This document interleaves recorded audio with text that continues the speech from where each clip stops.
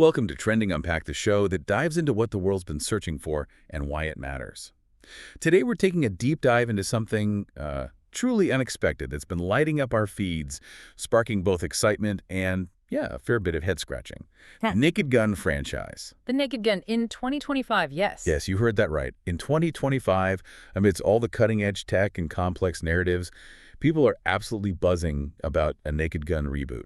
It's really something. And it's not just a fleeting trend either. This isn't merely about, a new movie coming out. It's a fascinating cultural moment, actually. Right. This deep dive is going to unpack the many layers of collective nostalgia, the surprising evolution of comedic styles, and how fundamental generational shifts in humor are playing out right before our eyes. Okay. Our mission here is to help you understand not just what is trending, but more importantly, why it resonates so deeply with some people, and maybe why it seems to divide audiences so sharply today. Yeah, that divide seems key. It really is. It's kind of a lens through which we can examine the very nature of funny in the 21st century. Okay, let's unpack this then.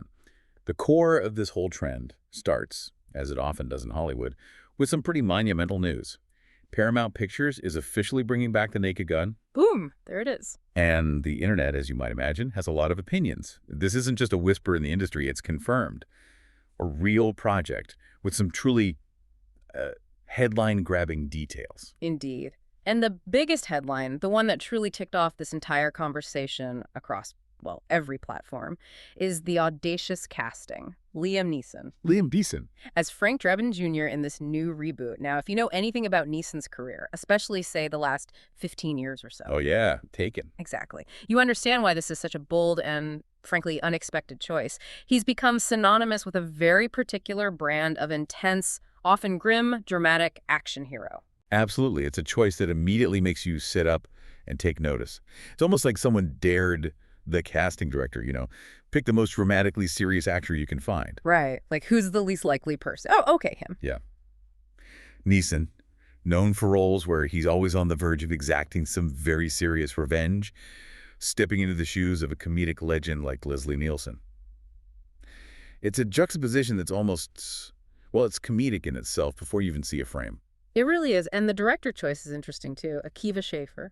From The Lonely Island? Right. He's got a unique track record. Hot Rod, the Chip and Dale Rescue Rangers movie, which was surprisingly clever. That Chip and Dale was great. Really played with animation and live action well. Quirky. Very quirky, but with affection for the source, right? Mm-hmm. So Schaffer brings a specific sensibility, and the film's expected to hit theaters later this year. So this buzz, it's only going to intensify. No kidding. It's already pretty loud. Oh, it certainly has intensified. The recent trailer drop for the reboot, it was like throwing a match into a tinderbox, ignited immediate and incredibly strong reactions. Okay.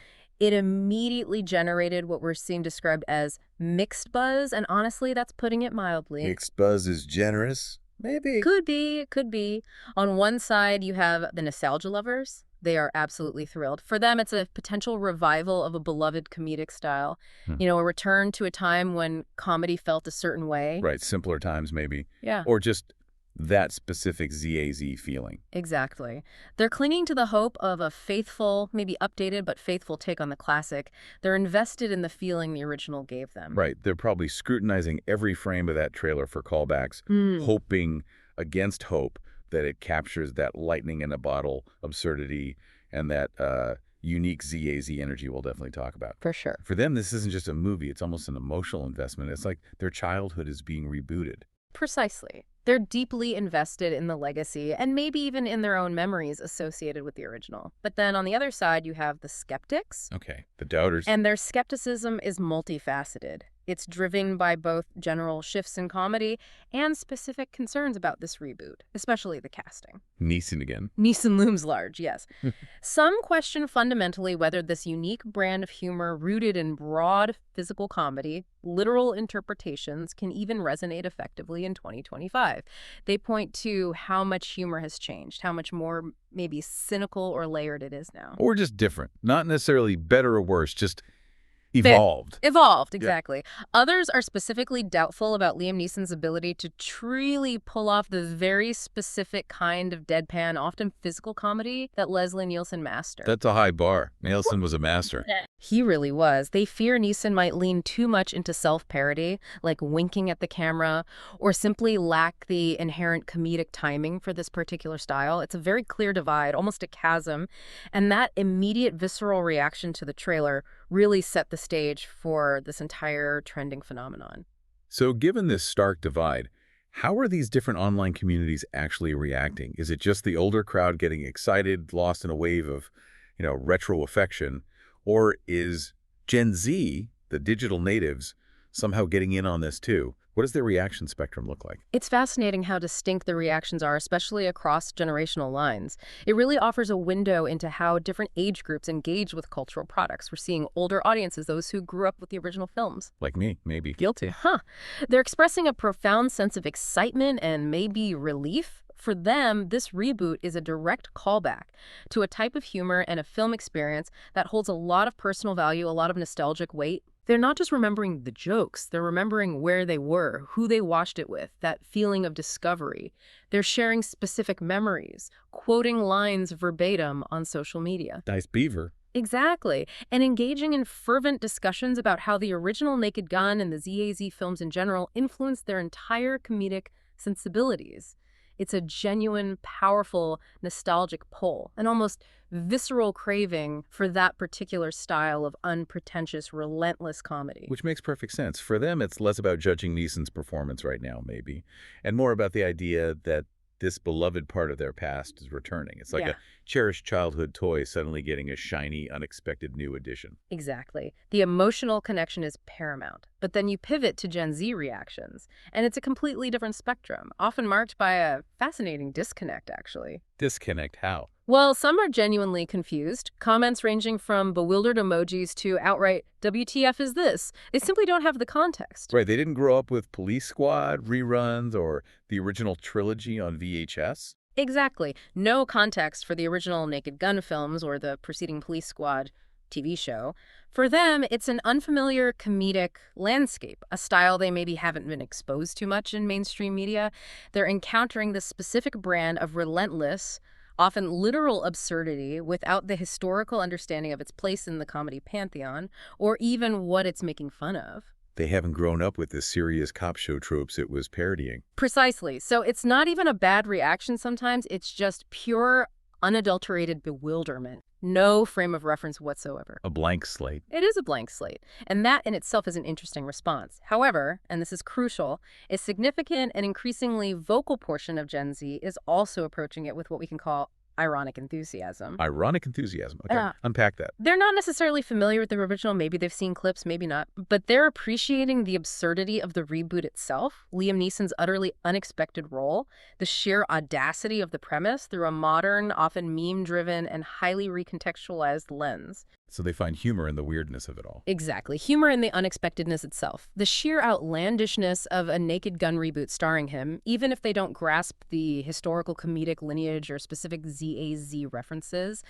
It's almost an appreciation of the vibe rather than the content itself, And this is where the internet truly does its peculiar, hilarious thing, isn't it? We're seeing memes absolutely everywhere, specifically focused on Liam Neeson's career transition. It's been a riot to watch the internet process this shift from taken to parody icon. Yeah. The juxtaposition is just too good. It truly is the internet's unique way of coping, commenting, creating humor out of unexpected situations. These memes aren't just about the trailer or the new movie, they're a broader meta-commentary. Right, on his whole career. On Neeson's entire dramatic career being juxtaposed against the slapstick absurdity of the Naked Gun.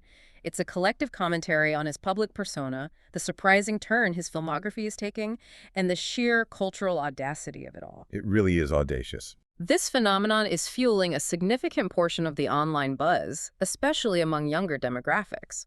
It demonstrates how modern audiences engage with and recontextualize celebrity, genre, even their own expectations in real time, turning the unexpected into a punchline itself. That's a powerful point. Yeah.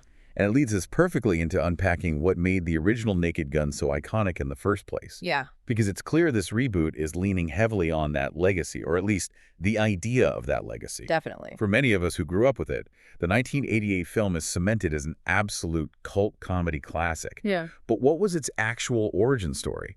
Because it's not as straightforward as people might think, right? Yeah. It wasn't just a hit movie out of nowhere. Not at all. What's truly fascinating here, and often overlooked, is that the original Naked Gun from the files of Police Squad was actually a spin-off of a failed 1982 TV show. Police Squad, Yeah. right? I remember that. It was amazing, but gone so fast. Exactly, Police Squad. Despite its brilliant, groundbreaking comedic style, only aired a mere 6 episodes before being canceled by the network.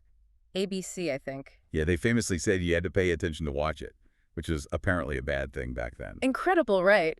It was, in many ways, ahead of its time. Too smart, maybe too fast-paced for mainstream TV audiences of the early 80s to fully grasp. So for a film to emerge from something initially considered such a commercial failure, And then become a huge hit, spawning sequels. right, and then go on to become a cult classic that spawned a successful trilogy is a testament to the enduring comedic power of its core elements and, of course, the singular genius of Leslie Nielsen. Its initial failure actually underscored how unique and specific its humor was. It's incredible to think that something so beloved and influential came from something that was initially, and rather unfairly, considered a flop. And Leslie Nielsen, what a master. Yeah. His deadpan delivery was absolutely central to the whole thing, wasn't it? It wasn't just a performance, it was the entire comedic engine. It was everything. Nielsen, who, let's not forget, began his career as a serious dramatic actor. Yeah, like Forbidden Planet. He was the straight arrow captain. Right. Or loads of TV procedurals. He had this unique, almost revelatory ability to deliver the most absurd lines and perform the most ridiculously impossible physical gags with an unwavering straight face. He never winked at the audience. He never broke character. That was key. He fully, earnestly, and completely committed to the ridiculousness of the situation. This commitment, this utter sincerity in the face of absolute chaos, is what made his comedy so effective, so memorable. He made the audience believe, just for a split second, that he was utterly serious, oblivious to the escalating absurdity around him. Which just amplified the humor tenfold. Exponentially. His deadpan was the perfect stoic foil for the relentless, surreal chaos that the ZAZ team orchestrated around him. He was the anchor in the storm of silliness. So if we're drilling down into the specific comedic elements, we absolutely have to talk about the Zucker-Abraham-Zucker School of Parody. ZAZ, as they're affectionately known. They were the masterminds, not only behind Naked Gun, but also other beloved, incredibly influential films like Airplane and Top Secret. What were the signature comedic techniques that truly defined the Naked Gun, and by extension, the entire ZAZ style? What made them so revolutionary? Well, what's truly fascinating here is how meticulously crafted their chaos was. It wasn't just throwing stuff at the wall, and how many distinct comedic techniques they deployed, often simultaneously. The ZAZ brothers, Jim Abrahams, David and Jerry Zucker, they pioneered this distinct, rapid-fire, layered brand of humor that really revolutionized parody. Okay, break it down for us. First, and maybe most visibly, you have the absurd slapstick visual gags. These weren't just random pratfalls or, isolated sight gags. They were often meticulously timed, unexpected, and frequently escalated to ridiculous logical extreme. Logical extremes being the key phrase there. Totally. Think of Frank Drebin casually knocking over an entire display of mannequins, then a series of hanging clothes, then a stack of tires, all while trying to discreetly peek around a corner, maintaining that perfectly serious, oblivious expression. While narrating something completely serious in voiceover. Yes. Or the relentless string of background gags that you might easily miss on a first watch. Like a car driving through a pedestrian plaza with a driving school sign on its roof, or someone inexplicably drowning in a puddle while someone nearby reads a newspaper. Those background gags. Oh, man. The humor comes from the extreme incongruity of these bizarre events happening with little or no acknowledgement from the characters, or being treated as utterly mundane. It's physical comedy that goes beyond simple pratfalls. It becomes a surreal, often escalating ballet of disaster. They trained you to look everywhere in the frame. Oh, they absolutely did. You always caught something new on the 10th rewatch, a detail you completely missed before. They were truly masters of comedic distraction and layering. Absolutely. They rewarded repeat viewings. Then you have literal humor and misunderstandings. This is another cornerstone of ZZ comedy, and it's incredibly clever in its simplicity. Yeah, this is a big one. Characters frequently take phrases, instructions, or situations completely literally, leading to hilariously absurd chaos. For example, if someone says, "Look out," Drebin might literally look out a window scanning the sky. Or, "Can I give you a lift?" And he expects to be physically picked up. Exactly. Or if he's told to get to the bottom of this, he might physically descend into a hole or a basement, shovel in hand. When told to cover his partner, he literally throws a blanket over him. The jokes are derived from this precise, unwavering misinterpretation of idioms, metaphors, common phrases. It brilliantly highlights the inherent ambiguities of language itself and the rigid, almost robotic adherence of the characters to their own limited literal understanding. It's a very sophisticated form of wordplay delivered through actions. That's the brilliance of it. Huh. It's not just a silly misunderstanding. It's almost a commentary on how we communicate, or perhaps how we miscommunicate. And they were also incredible at poking fun at police procedurals, weren't they? They didn't just tell jokes, they expertly deconstructed an entire genre. Precisely. The film expertly parodied the cliches and tropes of serious police dramas that were so prevalent, so popular at the time. Think of shows like Miami Vice, with its gritty realism and stylized visual. Or classic films like Dirty Harry. The tough cop talking tough. Exactly. ZAZ took all those serious, gritty, often over-the-top elements and turned them completely on their head. The dramatic music would swell during an utterly mundane moment, maybe Drebin parallel parking badly. Yes. Or a serious, heartfelt line of dialogue would be immediately followed by an utterly ludicrous, completely illogical action from Frank Drebin. They would exaggerate every trope. The grizzled police chief shouting, the femme fatale, the dramatic slow-motion reveals, the intense interrogations, and infuse them with unbearable, relentless absurdity. It wasn't just mocking, though, was it? It felt like they kind of loved the stuff they were parodying, too. Oh, absolutely. Affectionate yet utterly hilarious deconstruction of the genre. They transformed serious moments into comedic gold by simply pushing them past the point of believability and relying on the audience's deep familiarity with those tropes to land the jokes. That shared cultural understanding of police dramas was a key aspect of why their parody was so successful. You had to know the original to get the full joke. It truly was a masterclass in how to build comedy from existing structures. So for you, thinking back to the original film, what single moment or scene really stands out as a memorable example that perfectly captures these ZZ techniques combined? Because for me, it's always that scene where Drebin is trying to disarm a bomb. Oh, yeah. And it's just this incredible escalating series of slapstick failures, each one more absurd than the last, all played with his signature deadpan seriousness, cutting the wrong wire, tripping over things. It truly is a masterclass in ZZ comedy. That's an absolutely quintessential example. It perfectly encapsulates the meticulous timing, the relentless escalation, and the unwavering commitment to absurdity that defined their work. Every single action, no matter how minor, whether it's the wrong wire or a misstep that causes a chain reaction, or his utter obliviousness to the danger, contributes to the comedic effect. Totally. Another one that always comes to mind for me is the iconic baseball scene. Drebin disguised as an umpire. Enrico Palazzo. Exactly. Enrico Palazzo, it's a symphony of physical gags, literal interpretations of baseball jargon. I'm going to need your autograph on this. And a complete subversion of the serious, high-stakes nature of a major league game. He's making outrageous calls, causing players to fall over, doing absurd physical comedy, all while his face remains utterly impassive, convinced he's doing a professional job. You thought he was nailing it. That was the key. The film's brilliance lay in its relentless pace, throwing so many jokes at you, visual, verbal, physical background, that even if one didn't land for you, another was right around the corner, often layered on top of the last one. That constant barrage of gags, delivered with such precision and commitment, is what truly solidified its iconic status and trained the audience to expect the unexpected and then delivered it in spades. That brings us to a much bigger, almost philosophical question, and one that's at the heart of why this reboot is trending so much.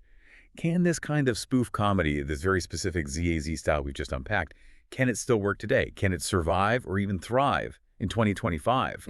Or has the nature of humor just evolved too much for such a direct, often broad approach to land? This raises an incredibly important question. It's absolutely at the heart of the broader comedy debates surrounding this reboot.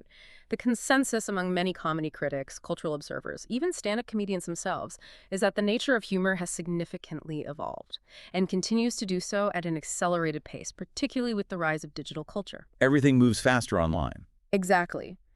The direct, often obvious humor of classic spoofs, which relied on clearly identifiable targets and a shared universal understanding of those targets and their tropes, that faces significant challenges in our current comedic landscape.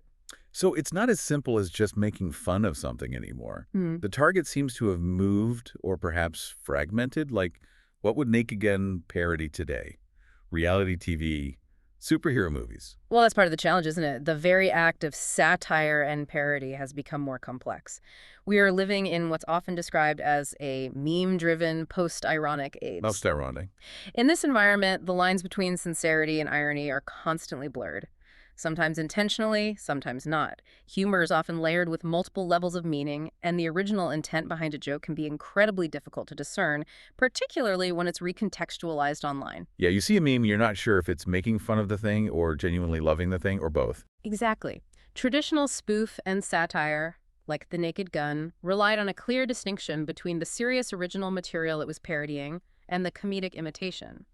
Today, irony is so pervasive that it can be hard to tell what's genuinely being satirized, what's being appreciated ironically, or what's simply being celebrated for its aesthetic or absurdity. That's a tricky line to walk for a filmmaker. It is. The core challenge for a Naked Gun-style spoof today isn't just that humor has changed, it's that the very relationship between art and audience has changed. We're now a generation of remixers and recontextualizers, where the joke isn't just in the absurdity itself, but in the meta-commentary about the absurdity, or even about the act of consuming it. This makes direct, earnest parody a tricky tightrope walk. That's a fascinating insight. It's not just a straightforward punchline anymore. It's often a meta-commentary on the punchline, or the expectation of a punchline, or even the history of punchlines, like the joke is knowing about the old jokes. Precisely. And alongside this, we've seen a significant shift away from broad slapstick and overt visual gags as the dominant forms of popular comedy. What we're seeing rise to prominence are forms like dry humor. Like The Office. Exactly. Relying heavily on understatement, subtlety, often an uncomfortable silence. The awkward mundanity found in The Office, or the meticulously constructed discomfort of Nathan for You. Oh, Nathan for You is peak awkward. Then there's cringe comedy. Shows like Curb Your Enthusiasm or Fleabag. It derives its humor from socially awkward or uncomfortable situations, making the audience squirm in empathy or discomfort. Watching through your fingers sometimes. Totally. And finally, surrealism, seen in works like Everything Everywhere All at Once, or maybe the absurdist sketches of Tim and Eric. It embraces the illogical and the dreamlike, completely challenging conventional narrative and comedic structures. These forms often demand a different kind of audience engagement, relying on subtlety, discomfort, or philosophical absurdity rather than overt physical gags, which can make classic slapstick feel, well, maybe blunt or simplistic by comparison, even though it still has its ardent fans. Right. It requires a different mode of watching. And then there's the whole discussion around generational differences. What one generation finds side-splittingly funny, another might just scratch their heads at, or worse, find offensive. This is absolutely crucial, and it's not just a matter of taste. There are fundamental shifting perceptions of humor across age groups, rooted in different social norms, media consumption habits, shared cultural experiences. Different internets almost. Yeah. Almost different internets, yeah. What might have been considered edgy or simply absurd and harmless in the 80s could be interpreted very differently today, sometimes leading to accusations of insensitivity or being problematic. Younger audiences who've grown up with internet culture, meme-driven humor, different social norms around inclusivity and representation, they often process comedy through a distinct moral and cultural lens. Which brings us to the C word. Cancelability. Exactly. And this leads us directly to the very real consideration of cancelability and the increasingly risk-averse studios. In an environment where every joke, every line of dialogue, every character portrayal can be scrutinized, amplified, potentially misinterpreted online, studios and creators are often much more cautious. You can see why. The backlash can be instant and huge. Hugely so. They're cautious about producing bold, potentially offensive, or overtly non-PC spoof comedy. Consider, for example, how many iconic ZAZ jokes from the original Naked Gun or Airplane relied on racial stereotypes, gender tropes, or even just politically incorrect scenarios that were considered acceptable or at least expected in parody back then. That would absolutely not fly That'd today. be widely condemned today, yeah. Studios are walking an incredibly tightrope, trying to capture the original spirit of fearless absurdity without alienating modern audiences or risking significant public relations disasters. It's a business decision too, right? Not just creative. Oh, absolutely. This isn't just about being woke, as some might frame it. It's a fundamental shift in audience expectations, corporate liability, and the sheer speed at which public opinion can coalesce and react online. This climate often leads to more generalized or safer comedic choices, which might lack the specific, often boundary-pushing bite of classic ZAZ parodies. So it's not just about what's funny anymore, but what's acceptable to be funny about, and how that's perceived by an increasingly vocal and interconnected global audience. It must be a minefield for writers trying to do spoof now. A total minefield. But then, it's interesting how modern platforms are still trying to adapt this older humor. Yeah. We're seeing the #NakedGun challenge popping up on TikTok. How does that fit into this discussion about the evolution of comedy? Is that proof it can still work? That's where it gets really interesting, because it shows how different generations, even those without direct nostalgic ties, are attempting to bridge that gap, engaging with the source material on their own terms. Okay, so what is the challenge exactly? The #NakedGun challenge on TikTok involves users recreating iconic Leslie Nielsen scenes, often the visual gags or moments of deadpan absurdity, but with a modern twist. The remix culture again. Exactly. They're often incorporating contemporary memes, trending audio, internet humor. It's a unique blend of old and new. They're taking the core absurdity and physical comedy of the original and translating it into a format that resonates with current trends and sensibilities, short form, highly visual, easily shareable. Bite-sized absurdities. Anti-text absurdity, yeah. It's not necessarily about making new spoof comedy in the ZAZ style, but about recontextualizing the existing iconic moments within a modern, highly digestible format. It's an appreciation of the aesthetic and the fundamental absurdity, even if the underlying references or comedic structure aren't fully understood by every participant. So it proves there's still an appetite for that kind of visual gag. I think it proves there's still a market for that specific brand of visual gag and character commitment, just perhaps in different forms and on different platforms, and maybe for different reasons than the original audience had. That's a clever way to keep the original spirit alive, even if it's in a completely different medium. A sort of cultural osmosis. Now, let's talk about the elephant in the room. Or rather, the very serious man in the room. Liam Neeson. The Liam Neeson conversation. The casting debate is huge, probably the single biggest talking point. How does his well-established dramatic image clash, or potentially align, with the comedic absurdity required for a Naked Gun role, especially one following a legend like Leslie Nielsen?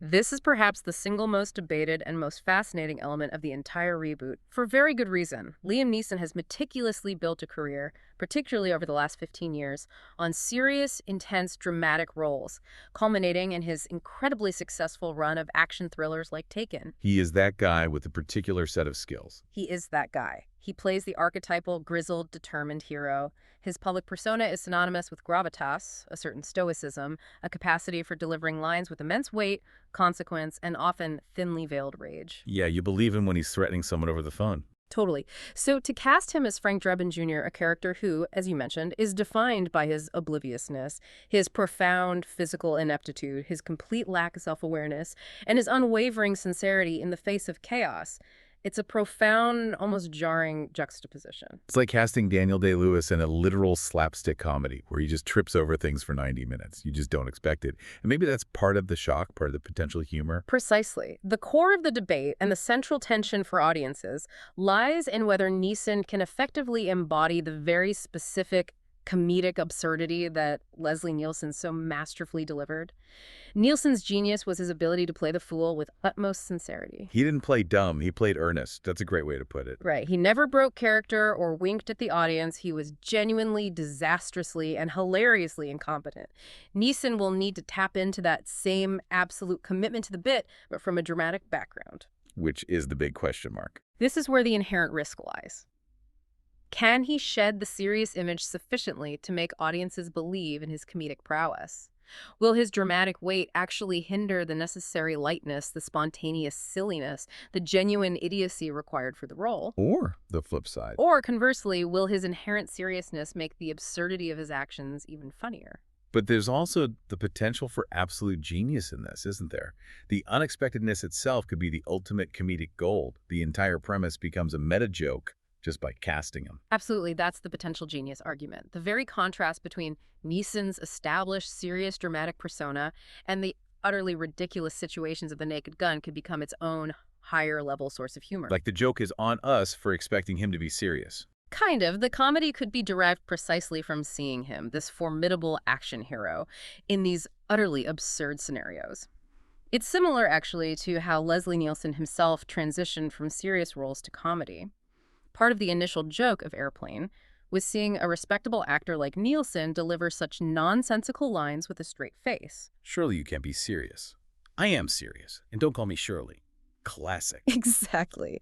If Neeson can maintain his serious, intense demeanor while utter chaos erupts around him, or even because of him, it could amplify the comedy to a new, maybe more sophisticated level. It relies heavily on Neeson's ability to fully commit to the comedic bit without falling into self-parody. Right, he can't look like he knows it's funny. He has to be genuinely oblivious rather than playing at being oblivious. The risk is incredibly high, but the payoff could be incredibly rewarding if he nails that precise balance, turning his dramatic gravitas into a comedic weapon. And part of this casting debate also ties into what we were saying earlier about Gen Z's general unfamiliarity with the franchise. How does that play into their reception of Liam Neeson in this role, considering they might not have that established mental image of Frank Drebin from the original, or even Nielsen? It's a very significant factor. It really highlights the generational divide and how we consume and interpret media. For older audiences who know Leslie Nielsen as the definitive Frank Drebin and Liam Neeson as the action hero, The casting is a shock, a paradigm shift. it's a dramatic, almost jarring shock, yeah. They're constantly comparing Neeson directly to Nielsen and wrestling with the genre shift for Neeson. But for a substantial segment of Gen Z, particularly those without direct exposure to the original Naked Gun films or even Leslie Nielsen's comedic legacy, there's no direct frame of reference, no pre-existing template for what Frank Drebin should be. So they're not carrying the baggage of expectation or nostalgia that older audiences are. It's almost a blank canvas for them when they watch that trailer. Exactly. This lack of prior context can influence their reception in a couple of distinct ways. They might simply view Neeson as an actor in a comedy, without the rich meta-narrative of his dramatic career providing additional layers of humor or confusion. His performance is just his performance. Right. It might just be judged on its own comedic merits, without the inherent humor of the casting choice itself being the primary focus. Or, as we discussed with ironic enthusiasm, they might find the absurdity of Neeson in this role amusing precisely because it's unexpected for any actor to be so dramatically serious in such a silly context, regardless of his specific filmography. So the joke is just serious actor does silly things. Potentially. It's a less informed reception, perhaps, but potentially more open compared to the nostalgia-laden expectations and critical comparisons of older viewers. Their appreciation might come from a different angle altogether, maybe focusing more on the immediate visual gags or the internet's interpretation of his performance rather than the considerable legacy he's stepping into. This all really highlights the fragmented, multi-layered nature of online reactions, doesn't it? You see completely different conversations happening depending on where you look, almost as if these different platforms are speaking entirely different comedic languages. Absolutely. The internet isn't a monolith, and the Naked Gun reboot buzz is a perfect illustration of how distinct viewpoints coalesce on different platforms, each with its own preferred mode of discourse and engagement. Okay, let's break that down. Where are people talking? On Reddit, particularly in subreddits like, R-Movies or maybe a specific R-Movies thread on the Naked Gun, you typically find the more in-depth, nuanced, and often highly analytical discussions. The cinephiles hashing it out. Exactly. Film buffs, cinephiles. They engage in extensive analytical breakdowns, comparing the trailer to the original, dissecting the comedic elements with almost academic rigor, debating the philosophical merits of the ZAZ style versus modern comedy. Serious business. It is. They're often looking at it from a critical, even historical perspective, weighing the reboot against the established legacy, questioning whether it upholds the artistic integrity of the original. You'll see lengthy, meticulously structured posts, detailed critiques, and discussions that lean heavily towards either a deeply nostalgic appreciation or a well-reasoned, often highly articulate skepticism. So that's where you'd go if you wanted a PhD-level thesis on Naked Gun history and its place in comedy. Or at least a very long argument about it. Precisely. In stark contrast, TikTok reactions are characterized by their speed, their visual nature, their immediacy. Quick hits. Quick hits, yeah. These are typically quick, often meme-driven, highly reactive, and designed for instant virality. The hashtag Naked Gun Challenge is a prime example of this. Users don't necessarily deep dive into the film's history or its comedic theory. They respond to a specific visual moment or gag, often by creating their own short-form content in response. It's participation culture. Totally. It's less about critical analysis and more about immediate emotional engagement, sharing, and participating in a trend. The humor is often very direct, visual, relies on the brevity and shareability of the platform, creating a collective, often ephemeral, comedic experience. And YouTube seems to be a fascinating middle ground, maybe, offering a bit of both, perhaps even bridging the gap for some. Yes, I think that's fair. YouTube breakdowns, specifically channels providing Liam Neeson in the Naked Gun trailer reactions, and comprehensive analytical videos. They cater to a wider, more diverse audience, people seeking explanations, opinions, or maybe just a guided tour through the complexities of the reboot. Trailer reaction videos are huge. They are, and they range from quick, emotional, often raw reactions, just someone watching and laughing or cringing, to longer-form analyses that blend personal opinion with attempts at more structured critique, offering frames of reference for both new and old fans. So they can explain the history and show someone freaking out about Neeson. Exactly. They often serve as a crucial bridge, explaining the original significance to newer audiences or providing detailed breakdowns for those who want a deeper dive without necessarily going to academic forums or specialized subreddits.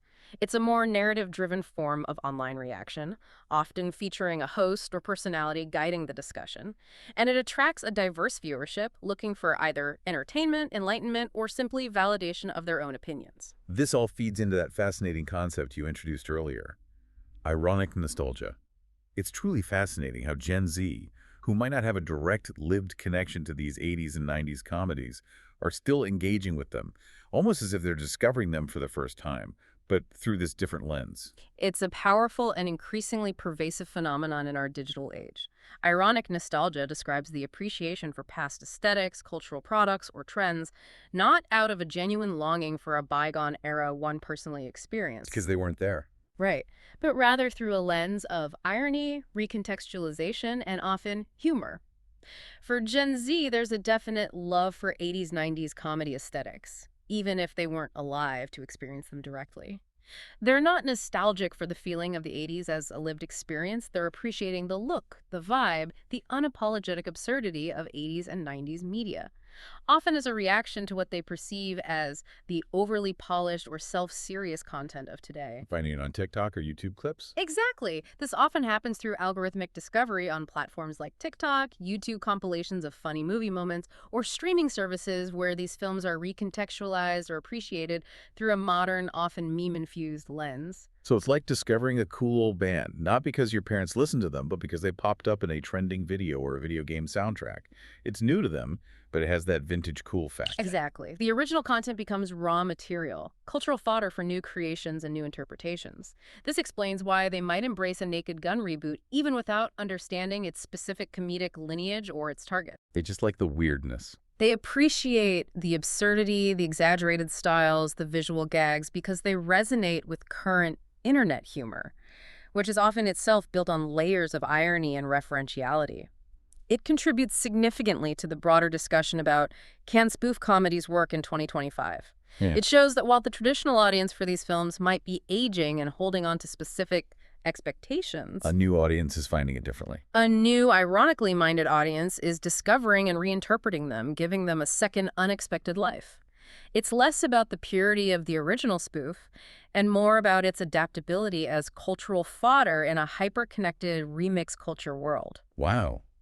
This deep dive into the Naked Gun reboot has been truly eye-opening, not just about one film, really, but about how comedy itself is shifting, how we react to things online. It touches on so much. Yeah, we've talked about the waves of nostalgia, both real and ironic, the ever-evolving landscape of humor shaped by internet culture, and these truly unexpected casting choices that challenge our perceptions. It truly makes you stop and wonder. Given this rapidly evolving landscape of comedy, the unprecedented power of internet culture to shape and fragment our tastes, and the bold, unexpected casting choices Hollywood is making, what truly defines funny in 2025? That's the big question. And perhaps even more importantly, how much does nostalgia, both genuine and ironic, factor into our collective sense of humor and what we choose to laugh at?